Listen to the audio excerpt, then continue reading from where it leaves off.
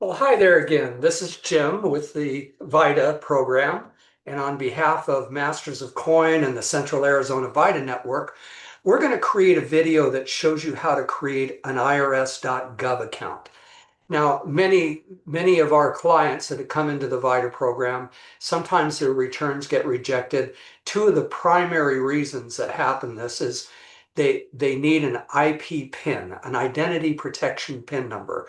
And the IRS has either sent them a letter or they can't find the letter, or sometimes they've gotten insurance under the Affordable Care Act and didn't realize it was under that. And we need this document called a 1095A, which is an accounting of their premiums to be able to finish their tax return.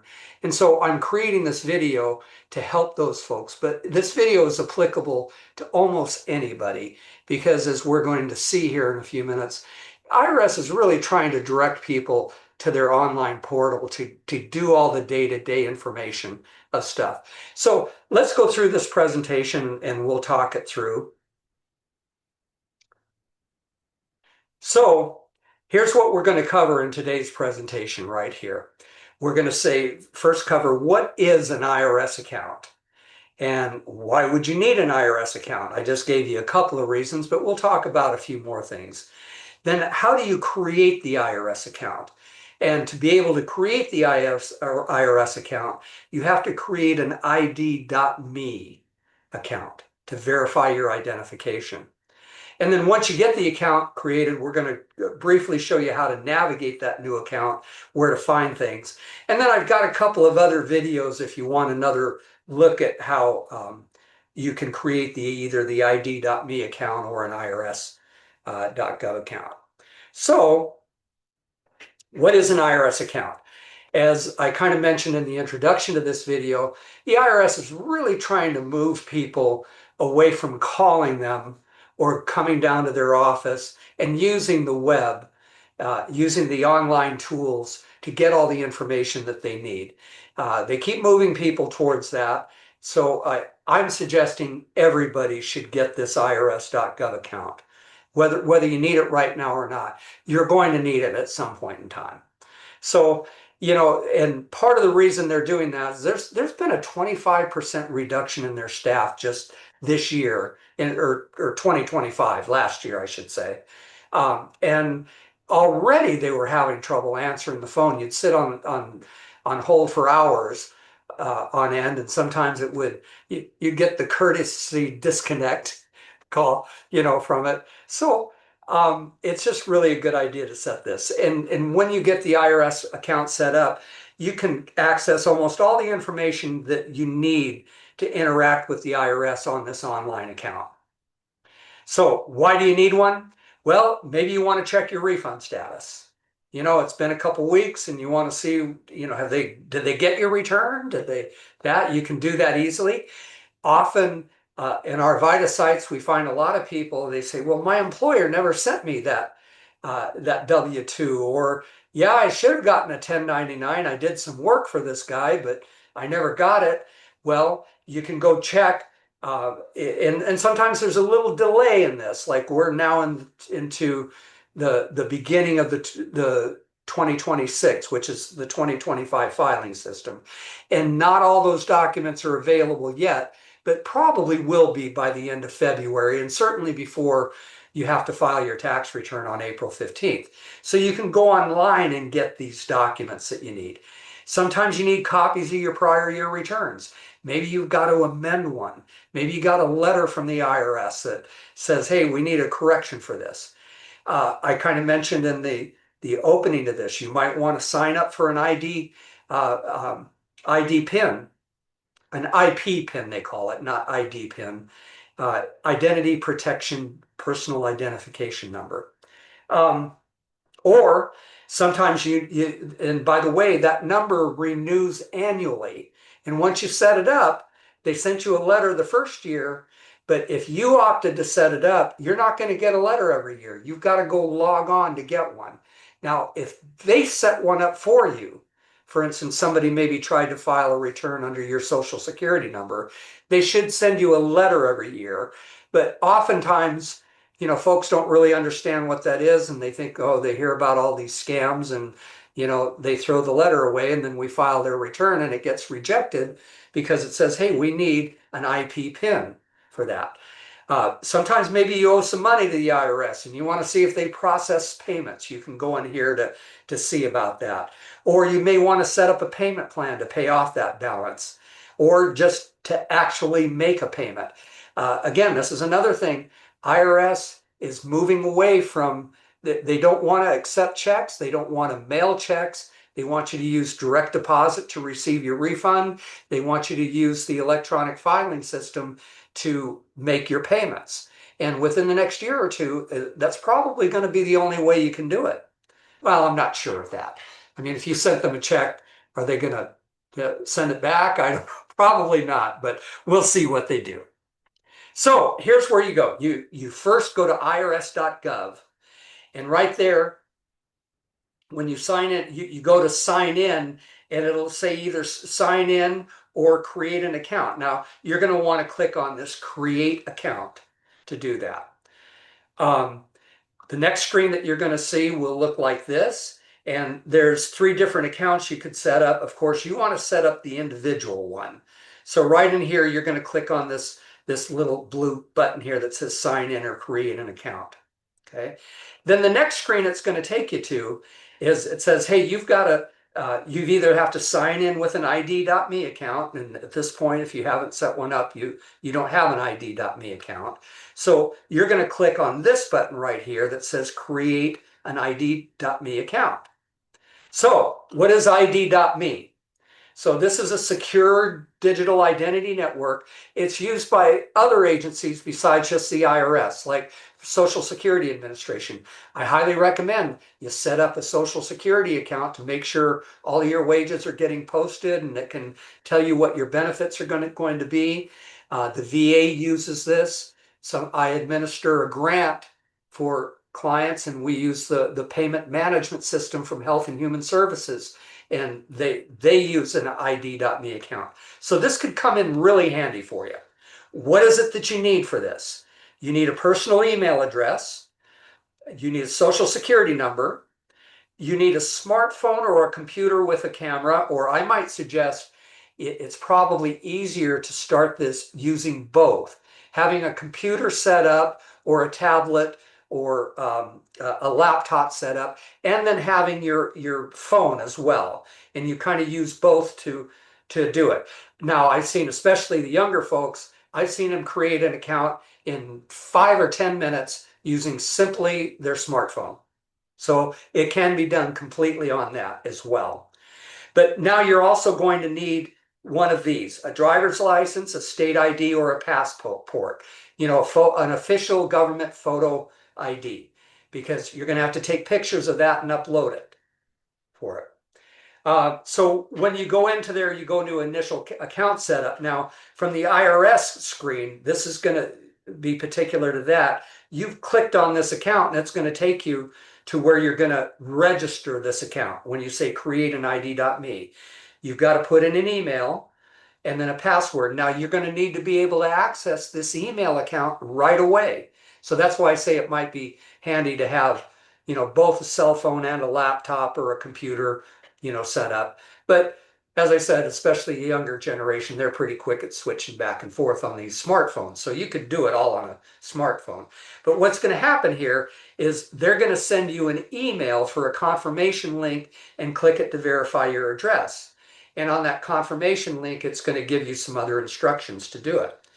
Now, the second screen you're going to come up with is you have to secure the account with multi-factor authentication. I think most of you, at least that use the web for any kind of banking or that, you're getting used to this by now. They want you another secondary form of authenticating who you are. And the common one we do, and I will tell you it's probably the less secure one, is we use text messages or a phone call. And this is the simplest one, and you can certainly do it, set it up this way. It's just not quite as secure. So if you click on that, then they're going to send you a text message to ask you to confirm it. If you're more of a regular user of stuff, you'll find that there's these authenticator apps. Like I use a Google authenticator app, and that is more secure. And I'm not going to show you how to set up that, but you can learn more about it, or maybe you know it, and you can just scan a QR code and it'll set up the account for you. The really secure folks might use some kind of security key, like a YubiKey or something like that that you have to click in and touch to be able to authenticate yourself. But and there's even a couple of other various multi-factor authentication devices, but you've got to set up one of them. The text messaging you can set up almost immediately and very easily. Okay. So next, then you got to verify your identity. So you're going to have to upload the document. And here's where your cell phone could come in handy, although you can either upload a picture that you've already taken, and maybe you've taken that and saved it on your computer, a picture of the front and back of your driver's license. So you could just upload it from your computer, or otherwise, most common, you're going to use your cell phone and take a picture of both the front and the back. And you want to make sure when you're taking this photo that you put it on a nice, dark, flat surface. You ensure all four corners are visible, and you don't have the flash thing on your phone set up, right? You don't want any flash or any reflections. And then you're going to upload both the front and back of this ID using your smartphone camera. Or, as I said, you could use your desktop computer if you had pictures of these saved on your computer somewhere. Either way will work. Okay. Next, you've got to take a video selfie. Here's where your cell phone comes in handy. Now, I'll tell you a little story. I set one of these up when it first came out and allowed you to opt into this program. I wanted this so that my returns all had an IP pin with it. And I was going to do it with my computer using this camera that we're using and seeing now. And I ran into nothing but troubles, right? Trying to use just that webcam, showing pictures of my license in the front and back and everything. And I ended up having to set up a video call, which we're going to show you how you could do that alternatively, with what they call a referee. And I was joking with the guy. I said, yeah, I see why they call you referees, because I had to fight with this the whole way through. But then, as I said, they've improved the process so far. I watched some of these younger folks come into our Vita sites, and they set this up in minutes using just their cell phone. So, but anyway, you've got to take a selfie with your cell phone and upload that as well. And so tips for doing this is be in a well-lit room, but avoid bright lights that are directly behind you. Okay, hold the phone at eye level and follow the on-screen prompts. It may ask you to move closer or stay still or whatever. Now, note that this is an automated liveness check. It's not a live call. You're just taking a picture of yourself and uploading it. And if the computers all can match that up with your ID, you never have to talk to a single person.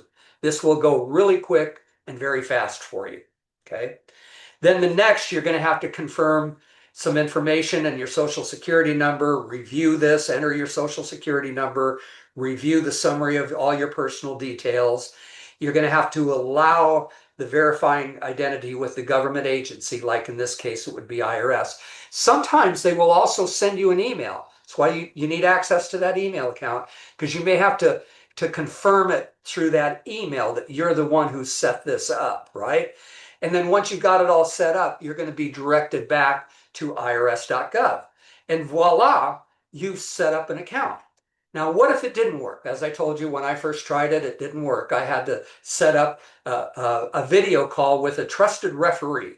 So why would this happen? And sometimes the photos don't match, or like in my case, I think I was using the webcam and it just didn't have the resolution to do all that. I'm not sure what, but I couldn't make it to work. As I've seen many people make this without having to use this. But if you have to, you can set up a video call, and right then when it fails, it'll ask you on the website or on your phone, do you want to set up a video call? And you can say yes, and then you're placed into a waiting room with a live agent. And then you got to have those documents ready, because on the video call, the person, the referee, is going to ask you to show those documents on there. And now this time you're going to have two primary IDs, and there'll be a list of them, what they are. But for example, it could be a passport and a driver's license. Now these are two primary IDs, or you could have a primary ID and two secondary ones. Like, you've got an ID plus a birth certificate and a social security card. There'll be a list of all of those things there that they're going to. So they do a little bit better check during the live call. But then during the live call, you'll be all done. They'll have you all set up. And now you can get to your IRS.gov account. So now that you've got the account, what do you do with it? Well, right here, the screenshot that you're looking at, and this is common in the next couple slides, we're going to talk about this blue header and these little tabs that go across here. This right here would be kind of the account home. You can see how this is highlighted here in blue. This is the account home page. It's kind of like a dashboard that will show you, shortcuts to different parts of which these same tabs take you to. In this case, kind of showing you, this is a common thing. What would you would view tax records. So let's take a little deeper dive into some of that, right? As I said, notice the blue header that's up above there. It'll say count home, tax records, notices, profile. That's what I showed you on the previous slide. The account home is your main dashboard for those common sections. For example, in this picture, it shows an orange arrow pointing towards tax records. On the previous slide, I showed you it was a little blue arrow that do it. But I would encourage you here, explore each tab to learn where you find information. I have to be honest, it's not that intuitive. You've got to look hard for some of it. For instance, I'm going to give you an example here in just a minute. But I would get accustomed with it. The information's there. You've just kind of got to know where to find it too.